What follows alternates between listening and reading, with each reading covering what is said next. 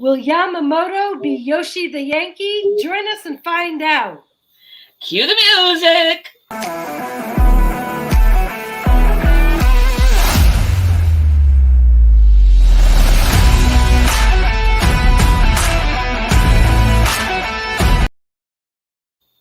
Good morning. Welcome to the Upper Deck for Pinstripe Chronicles. I'm Chris. That's Lynn. Hey, morning. And I just got a pop-up, so I disappeared for a second. And already in the chat, we have some people joining us. Jonathan, Lori, the Strike Zone, Ford Train. Thank you for joining us. We really appreciate it. Yeah, hey, and here comes Ford Train Express. Hey, Mazza, what's good? Hey, FJ, good to see you. Oh, good to have the family home for the holidays. Absolutely. And boy, has this been an exciting week. We had news, the hot stove was hot, and Soto is a Yankee. Yes, and obviously we're going to have a whole lot of talking about the week to come with Yamamoto, but let's hit pause and talk about Soto for a second. Yeah. Let's have your reactions in the chat to Soto. I know my reaction was jumping up and down. I was ecstatic. I can't believe that the evil empire is back. Yeah, and what I am so happy to hear is that Hal is really the force of evil behind all of this. And, he just went in and said, we're getting this done. We're getting this done now.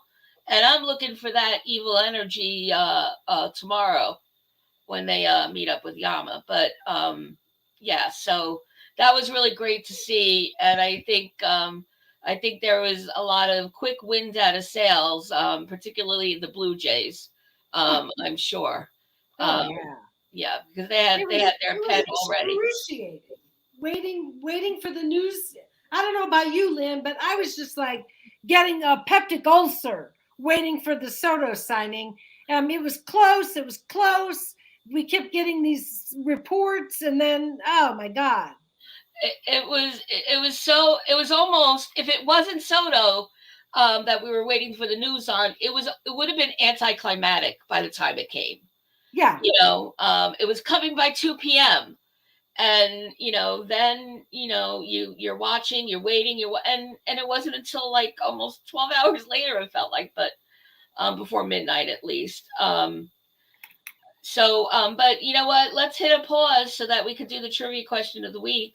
Oh, I almost forgot about the trivia question. Got ahead of myself because I was so excited about Soto.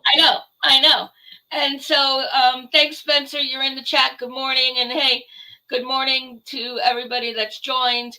So Spencer flipped the script a little bit. Notice that the answer is the longer part. The question is really short. Which is older, the 1998 New York Yankees World Series title or Juan Soto? So that's a good one. Thank you, Spencer. All righty. So I want to take a look at the chat and see what's going on in there. The Strike Zone says, I said that Hal was going to be heavily involved this offseason. And boy, oh boy, do we need him to be heavily involved. What does everybody think Hal's involvement's going to be on Monday when Yamamoto is in the house? Yeah, and my question on top of that is, are the Ohtani figures going to have any sort of influence in this? Or is this just a different deal because of where Yamamoto's coming from and not being in the major league so far? Right.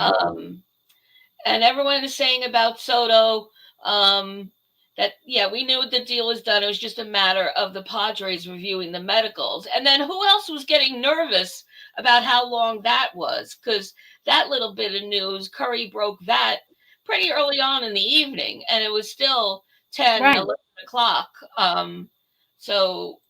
And let's not forget, Soto wasn't the only acquisition last week.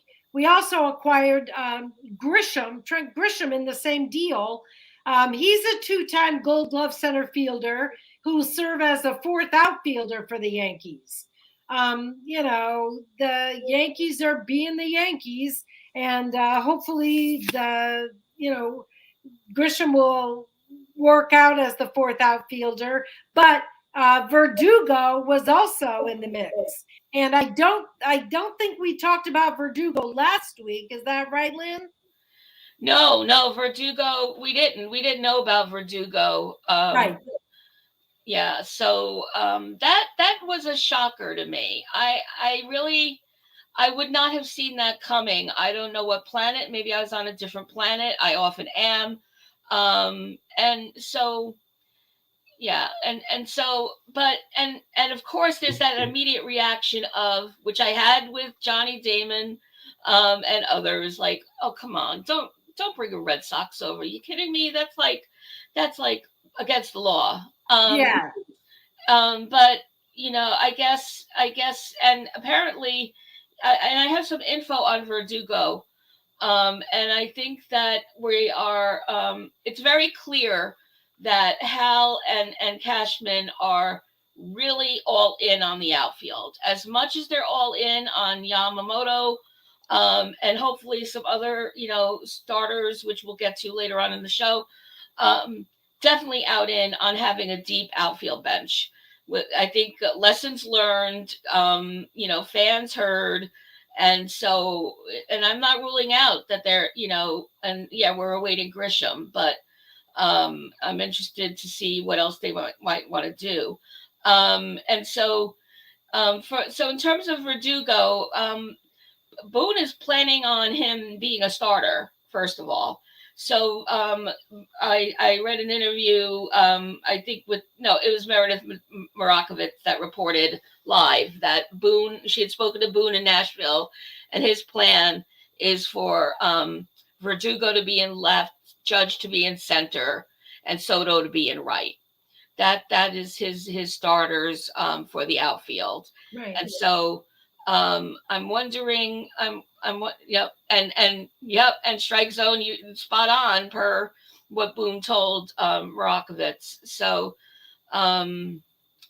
and hey, Brad, morning. Brad is saying at least next year we shouldn't have infielders in the outfield. Yeah. Right. Yeah, hopefully. Absolutely. Yeah. So yeah, Elliot, Verdugo's a great player and tough and can handle New York. And can he handle a hostile Yankee state and can handle a hostile Yankee stadium? Now, he's going to have to check himself because he didn't handle it so well. And although it was so wrong of the fan that threw the ball back at Verdugo in that game back in 2021, remember, Coro had to clear the field because Verdugo was so hot. And I'm not blaming Verdugo for being hot, but to the extent where he didn't have the sense to just, call a timeout or, signal to the dugout that he needed a minute. He just went so off that they had to clear the field until he could chill. We don't need that kind of energy. And he comes with rumors behind him. Yep. And Laura, you bringing up that point as well.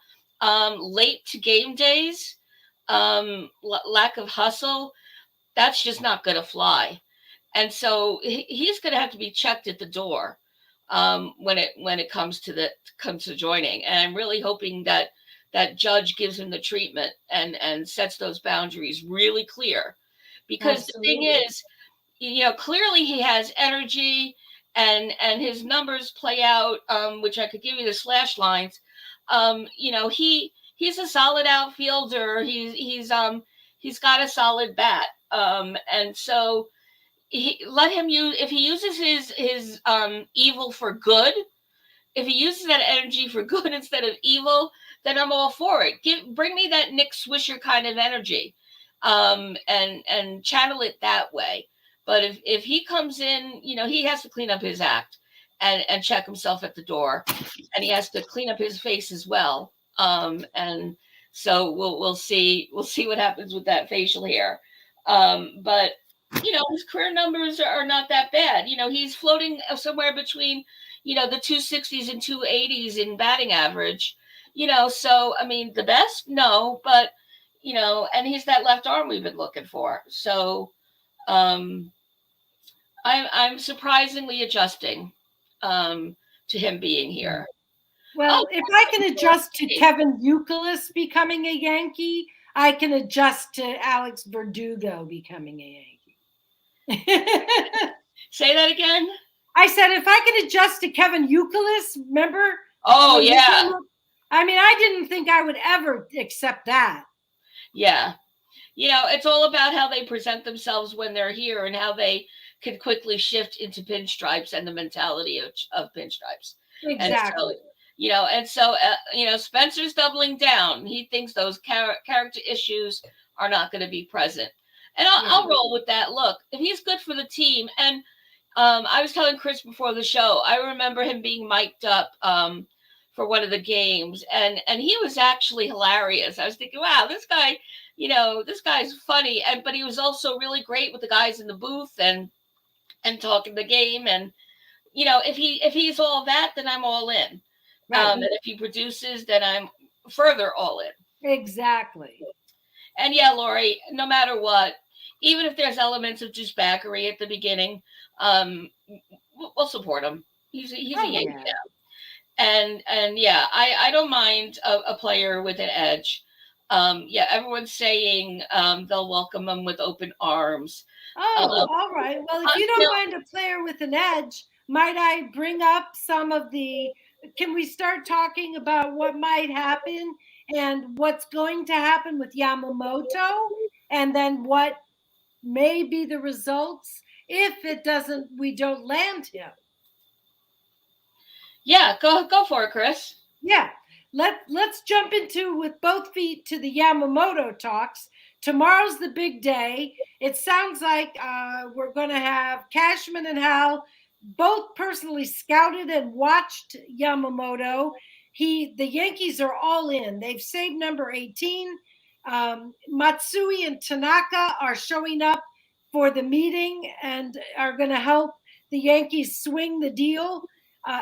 Apparently, Hal is going to push past the tax threshold. What is the chat's feeling about Yamamoto tomorrow? So yeah, strike zone, confident that he'll be a Yankee. I think, and great show last night with Tats and Mazza and Strike Zone and others. Excellent show, and this was talked about at length. And consensus last night was, if not by end of day tomorrow, by Tuesday at the latest, it's going to be fast. And hey, Uncle Tat's in the house.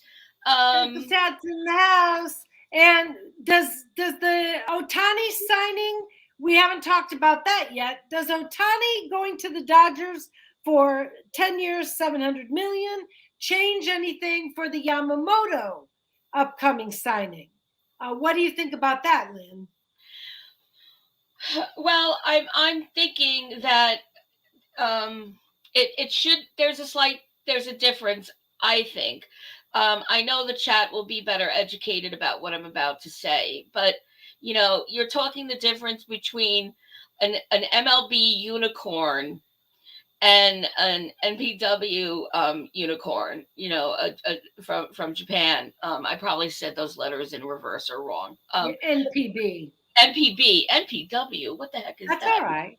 National Public Works. I don't know. Anyway, more caffeine, please.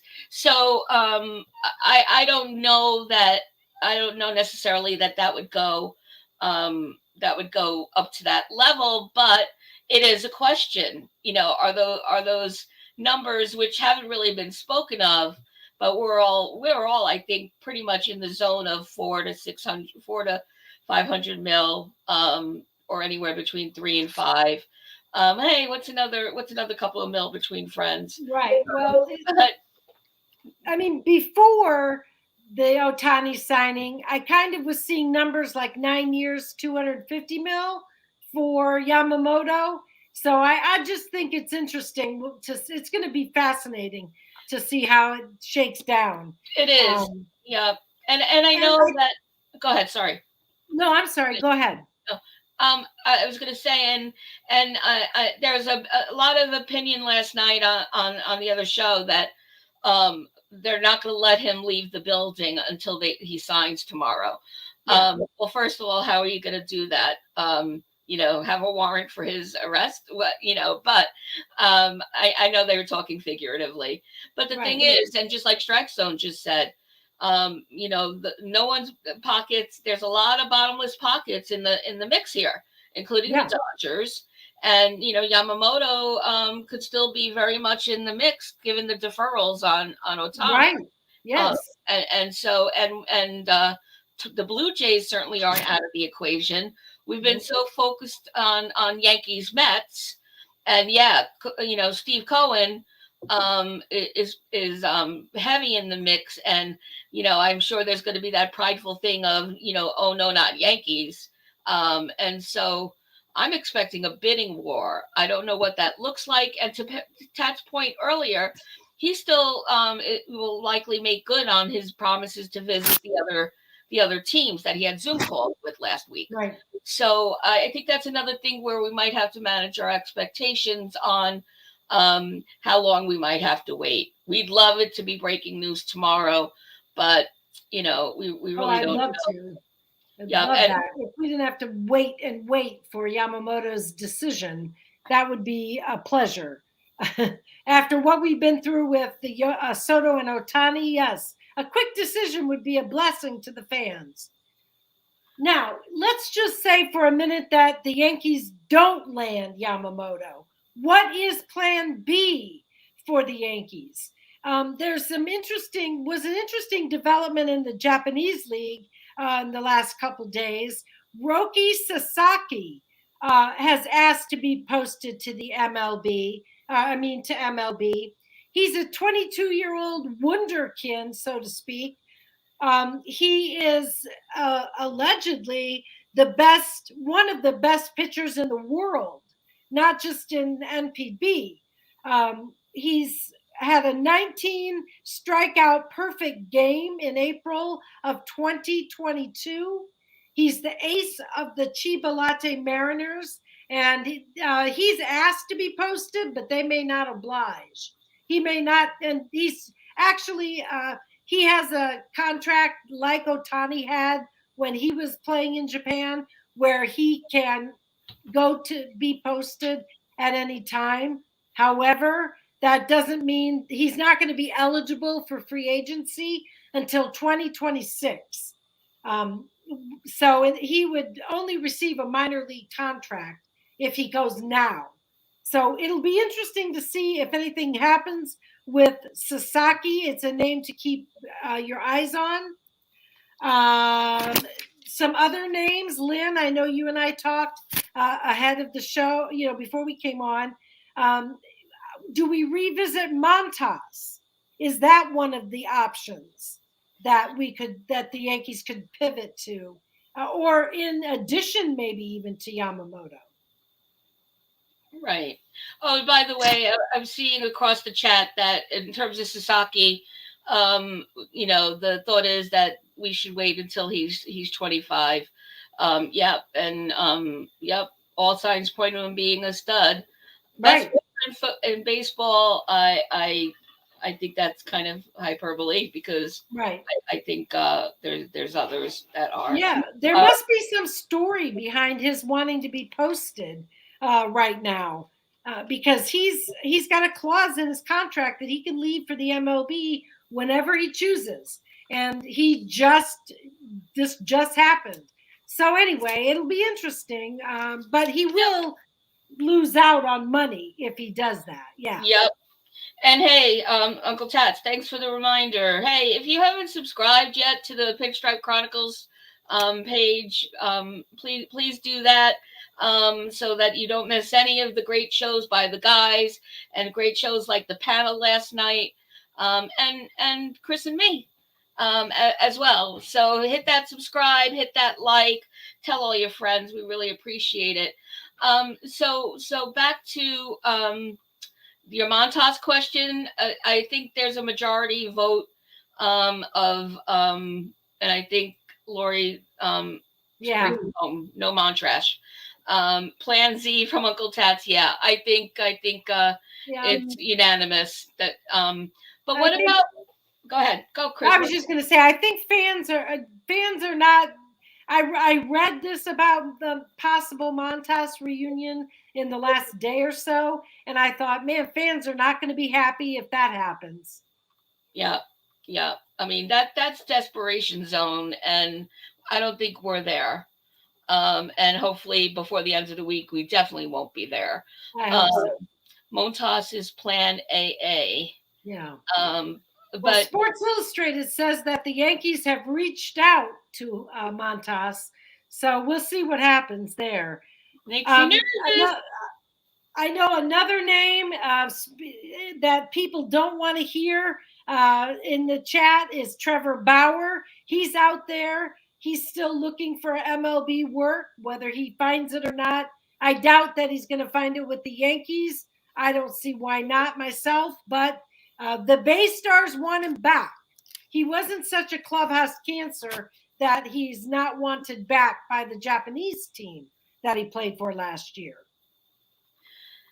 Yeah, and Lori, I don't know if she's responding about Bauer or not. If she's responding about Bauer, reach out and slam the door. And Fortrain saying too much baggage. Spencer, the great equivocator, is saying I'd take a chance on Bauer. Thank you, Spencer. Me too. And hey, FJ, he's saying that it will depend on how Cortez feels. If he goes down again, who is number 4 with Schmidt being number 5? Right. Yeah, I think clearly we need to build the bench for the rotation, and I'm hoping we could get to a little bit of bullpen talk too. But what about Montgomery, everybody? Exactly. So not a hell of a lot of chatter in the press about anyone being hungry for Montgomery, which I find shocking. So what do you think is up with that? Well, it was my opinion that Montgomery was going to return to the Rangers. I thought, why would he leave? But it sounds like the Rangers do not have the money to re-sign all these pitchers, and because of their TV deal going down. So there's possibly not going to be a reunion in the works for the Rangers and Monty. So I mean, there's no reason why the Yankees couldn't reunite with him. It seems unlikely, but it would certainly be welcome from a fan perspective. He's only improved since he left, and he was well worth middle of the rotation spot when he left the Yankees, and he certainly has improved only since then. That's right, and plus we have the benefit of we know what we're getting in terms of how he could handle the fans, how he handles pressure. Right. And what we saw last year, why wouldn't we have our arms open? But Spencer, you might have moved on from Monty, but to say we, just know that I'm not. I haven't. No. I'm seeing others in the chat that haven't either, and very rarely do reunions work out favorably. I don't have any stats about that, but and they're still going on in chat about Sevy versus Montas and the money. What about Corbin Burns? I know you were interested in Corbin Burns as we were prepping the show, Lynn. So the two big names that I've seen over and over again this weekend are Burns and Glasnow as the two top gets for the free agents starting pitchers. So and that was quick from Strike Zone. He's saying pass on Burns. And Burns has 1 year left with the Brewers, but the signs seem to be pointing to the Brewers being willing to unleash him. And so I was reading from the Bleacher Report, that there's that he's very durable, very consistent. And he's been in the big leagues for the past 4 years. It's his final year of arbitration. Heyman is saying that there's a decent chance that Heyman agrees. Decent chance that Burns is going to be on the table. And so he won double-digit games in each of his last 3 seasons, carries a career ERA of 3.26, and has struck out just over 11 batters per 9 innings during that span. Wow. So quality starter, and we'll just have to see. Now, top of the list though seems to be Glasnow, and so we'd be getting him from the Rays, and he went 10 for 7 in 21 games for the Rays, and struck out 12 batters per 9 innings of work. So it seems like sort of on the same level from what I just read about Burns. Right. But and we know he was top notch during the playoffs against the Rangers. He really really pitched a great game there. But interested to see. Okay. So we're getting some things here in the chat. Not taking a 1-year rental in Corbin Burns without getting team control in Devin Williams. Okay. All right. Burns is not necessarily being shopped by the Brewers, but demand has been high. He has been disgruntled with the Brewers after he lost in arbitration. He felt disrespected by them, and he left no doubt that his relationship with the franchise had suffered. So it may be a case that they're moving Burns to solve a problem for the Brewers. So it certainly behooves the Yankees to take a look and see what what Burns is, whether he's because some of the numbers are pretty outrageous. So over the past 4 years, he's got a 30.9% strikeout rate, a 7.1% walk rate, a 46.4% ground ball rate.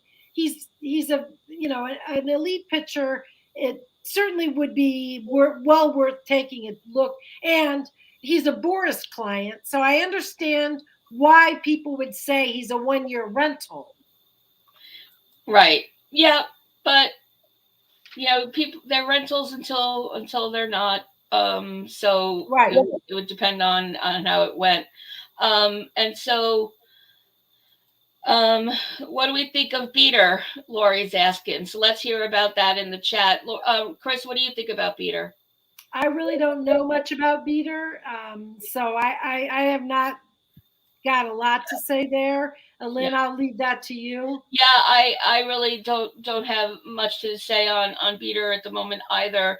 I do want to throw out a reminder that there's 2 other starting pitchers that were noted in a few articles recently, in particular, calling out among all the free agents, and that's Dylan Cease, who we know didn't have a great season last season, but despite him not having the best season, he the 200 plus strikeout plateau for the 3rd straight season. And so in 2022, he had a 2.20 ERA.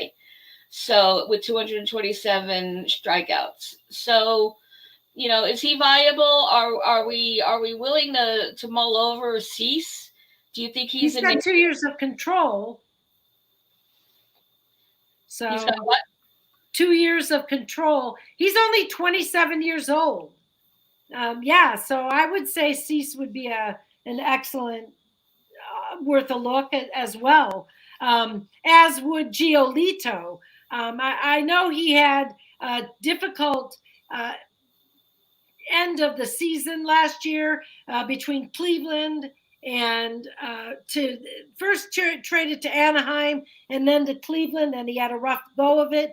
But Lucas Giolito nearly won a Cy Young 3 times, but he really has devolved into an average pitcher in the last year or so. However, that he's durable for one thing. He's a reliable innings eater. He would be worth looking into. Okay, so that's a name that I didn't have in my notes, and if there's an issue with him, needing some better, workout and coaching, then that's why Matt Blake has a job. Yeah, exactly. And does the job well. The other name that we've talked about before, but not recently, is Bieber. And so Bieber is another one. They're thinking about. What do you guys think about Bieber currently with the Guardians? While in terms of Giolito, hard pass on Giolito. Cease I would welcome, but I doubt the Yankees get either of them. And I saw earlier, I think it was you, Strike Zone, that said Cease would cost a lot of money. But you know what? The context here is that we don't get Yamamoto. And if we had the money to spend on Yamamoto, why wouldn't we go after, Cease, who would cost some money? And don't forget, last but not least, Blake Snell is also hanging around out there looking for work. He's 31 years old. He's a 2-time Cy Young winner. The knock on Snell, of course, is that he doesn't go deep into games. He goes 6 innings. But last season he added 2. Geez, what more could you want from a guy? I love Blake Snell. I always have. My problem with Tyler Glasnow is there any chance Tyler Glasnow comes to the Yankees from the Rays? I think I think I saw some stuff up above, but if you want to re-up it here, and so, but in the meantime, FJ is on board with Bieber. Bieber is Matt Blake's creation. So, okay, that's a good reference there. And hey, Chris the Flash, Shy Talk. Thank you for joining. Yeah, Bieber and Clase. Yeah. Well, I did my homework well because I know Clase has been floating around even last week with on the chat here. So, yeah. So, Glasnow is getting no way. Yeah, they're doubling down. Glasnow will not get traded to the Yankees. Glasnow is on the Angels. I believe. Oh, did I miss that? Oh, okay. All right. Well, there goes that. Going, gone, as they say in the game. All right. So no, he's not. He's a Ray. Yeah. Oh. Yeah, he's a Ray. He's still a Ray. Yeah. Okay. So. At least that's what Baseball Reference says. If it means anything, Cameron Maben tweeted out on behalf of Carbon Burns and thinks they should go get him. Yeah. It's funny. Cameron Maben also made news this week when he tweeted out about the facial hair policy again. Yeah. And how ridiculous it is. Yeah. So I just don't see the facial hair policy going away. But hey, we have Hal turning into his father a little bit, so I guess anything could happen. The Angels, so Tats is saying the Angels have shown high interest. There's the clarifier. They're very interested. Yeah, I think the Cubs have also shown interest in Glasnow. Yep. That's been a rumor I've heard as well. Yep, and that's exactly what Mazda Fortrain just said. Yeah. And Strike Zone, that's why Maven isn't in any booth anywhere right now. Nice guy, knows his stuff, but yeah. I know many of you are also on X, formerly known as Twitter. One of the tweets that I follow is Bobby Malone. I'm sure a lot of you follow Bobby as well. He had 3 things today that he's watching for. And the first one was Yamamoto is costing 9 years, or being signing for 9 years, $250 million. He believes the Mets will offer more money, but that $250 million will be enough to get him to sign with the Yankees. Do you think Yamamoto is going to be deciding between the Yankees and the Mets? And in my opinion, there's no hands down the Yankees win that battle. Yeah, I would agree that it's going to be a battle, like I said at the top of the show. I don't think Cohen is one to go quietly into the good night. So it's going to be.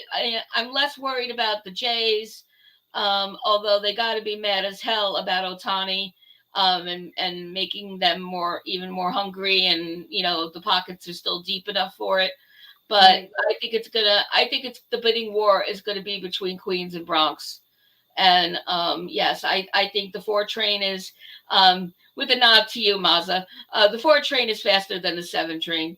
So yeah, I think it'll be us if it comes down to that. And Strike Zone is saying that 250 is more than enough.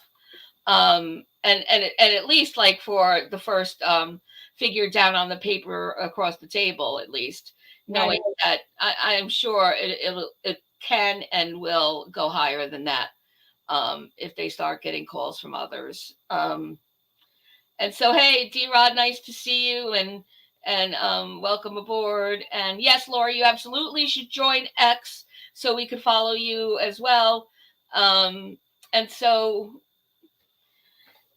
I think we know that we know that the one thing, the hot stove is finally actually a thing, and it's going to be even hotter this week. I think as much as the Soto watch was huge, I predict that Yamamoto watch is going to be one for the ages. I think that we better be fact checking the fact checkers. I hope John Heyman, watches his own damn fingers. I hope that, yeah. Stay away from John Morosi. Yes, absolutely. I mean, that was crazy. That was crazy with Ohtani this week. And then Ohtani ends up breaking the news himself. Yeah, he seems to be, that much of a unicorn that he's his own agent, his own press agent. But the only thing he can't seem to do is name his damn dog. Now that he's signed, if you're on Twitter, answer my poll. What is the name of it? Okay, so now he's a Dodger. Think of all those Dodger names and put your guess in the chat. Let's have a little pool on what Ohtani's dog's name is. Is it Doctor? Is it Pee-wee? Is it Jackie? Is it Koufax? It's probably Trout. Yeah, is it Trout? Trout the dog. Yeah, and hey, Will Star, good to see you. Battle of the Titans, money being spent like crazy. Historical money being spent. It's just cuckoo pants. So, we're not done yet. I mean, we're not going to see the likes of the Ohtani deal, but for real, Lori? Okay, because I ran out of options on the poll. I was going to put Lasorda. His name is Tommy. Is that for real, Lori? Or that's your guess? That's your prediction, maybe. Oh, okay, good. That's brilliant, actually. That's a good one. Lynn, do you want to give us the answer to the trivia question? Yep. Let me scroll back up. And let me do the big reveal. And I know that there was correct answers in the chat. Call yourself out because I have a short memory and I don't remember who. So, which is older, the 1998 New York World Series title or Juan Soto? And here is the answer. On October 21st, 1998, the Yankees won Game 4 of the World Series against the San Diego Padres. 4 days later in the DR, Juan Soto was born, October 25th, 1998. And incidentally, Juan Soto was the first player born in 1998 to make an MLB roster, playing left field for the 2018 Washington Nationals. And his manager, Dave Martinez, played for the Tampa Bay Devil Rays inaugural team in 1998. So 1998 had all sorts of magic going on in it. There you go. Right. So if you guessed, so do the math here. So 4 days later, so the World Series title is older by 4 days. All right. Gotcha. Soto. Yeah. Excellent. Thank you. Thank you, Spencer, for that trivia question. We appreciate it. Don't forget to hit like, subscribe, share this with your friends, with your Yankee fans who aren't already listening. We appreciate you every Sunday. Lynn, do you have any final thoughts or any further trajectories you want to go in? I want to say that Bobby Malone is it's Bobby Malone with an I, Milone. I don't have his username handy, but if you do search for that, you're sure to find him. And hey, Fortrain, actually, I'll message you on X. I'll look it up and shoot you a message. And no, I just hope that next week we are going to be talking about we'll be talking about and celebrating Yamamoto. I hope so too. And maybe we'll have more news about other acquisitions yet to come that start leaking out. So with that, thank you so much for joining, and as always, let's go Yankees and go get Yamamoto! Okay, Yamamoto!